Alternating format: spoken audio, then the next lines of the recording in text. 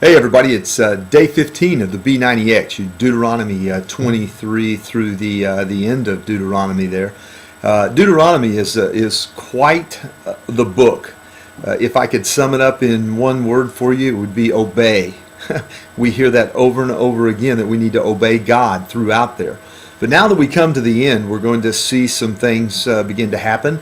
God, through Moses, is kind of winding everything down as far as the law, and the people of Israel now for the past 40 years have been wandering, and they've come to the Jordan River. And Moses, I think you see now suddenly everything becomes more compressed and more intense as to what he says. And so with that, you have that sense, that he is at the end, and we see that he even begins to hand the mantle off, or the mentorship, the leadership of the people of Israel off to Joshua. You remember Joshua was one of the 12 spies that went with over into the promised land at the very beginning to spy it out. They came back. Joshua and Caleb came back with a favorable report. The report, let's go do it. Let's don't wait. We can't hold back. We need to do this. And but the other 10 spies went throughout the Israelite tribes, and of course we've already read that, got them worked up that they couldn't do this, and so that is the reason for the extra 40 years of wandering.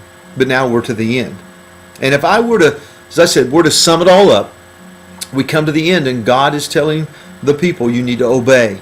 You need to obey. Do this. Love me, he reminds them. Moses reminds them, love God with all your heart, your mind, and your soul. He reminds them of what will happen. This promised land that God promised to Abraham so many years before is now theirs, if they'll just go in and believe and obey God.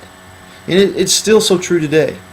God's promises to us today are still so real, what he has for us, but we need to obey. We need to do the things that God has asked us to do, but it seems like we all get so caught up into the don'ts, and we look at the negative sides, and we begin to try to step over the lines of things that we claim we need or we want to do, where God is saying, if you would just love me, if you would just make me your priority, that we talked about in the vow a few months back, that if you would just do what I've asked you to do, then everything would be better for you.